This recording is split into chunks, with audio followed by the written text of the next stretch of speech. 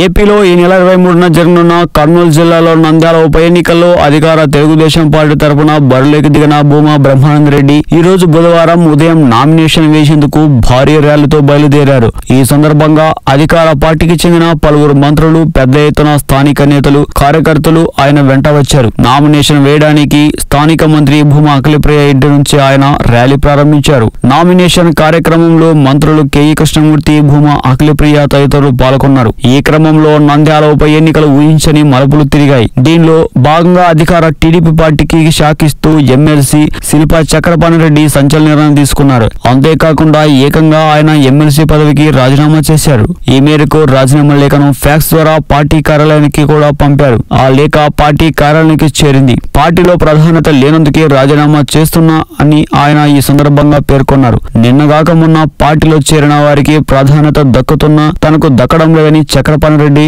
మంత్రి అఖిలప్రియను ఉద్దేశించి ఆవేదన వ్యక్తం చేశారు. అందుకే తాను తన పదవికి రాజీనామా చేస్తున్నానని తెలిపారు. శిల్పా చక్రపాణిరెడ్డి రాజీనామా నంద్యాల ఉప ఎన్నికలపై ప్రభావం చూపుతుందని అంటున్నారు.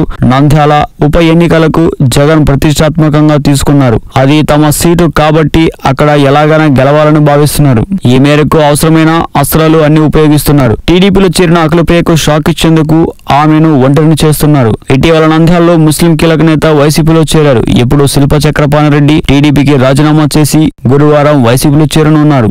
నంద్యాల ఉప ఎన్నికల్లో వైసీపీ అభ్యర్థి శిల్పా మోహన్ రెడ్డిని గెలిపించి ఎలాగైనా చంద్రబాబు ప్రభుత్వంపై వ్యతిరేకత ఉన్నదని నిరూపించాలని భావిస్తున్నారు. వైసీపీ పార్టీ ద్వారా గెలిచి టీడీపీలో చేరిన ఎమ్మెల్యే పదవికి రాజీనామా చేయకుండా ఉండడమే కాకుండా ఏకంగా మంత్రి పదవి తీసుకుని మరి విమర్శలు చేస్తున్న మంత్రి అఖిలప్రియకు సిగ్గు లేకుండా పార్టీ సిద్ధాంతాలను గంగలో కలిపి ఎమ్మెల్యే పదవికి రాజీనామా చేయకుండా ఏకంగా మంత్రి పదవిలిచ్చిన బాబుకి ఒకటే దెబ్బకి రెండు పెట్టాలన్నట్లు వీరిద్దరికి దెమ్మ తిరిగి బొమ్మ కనపడే విధంగా షాక్ ఇచ్చారు జగన్.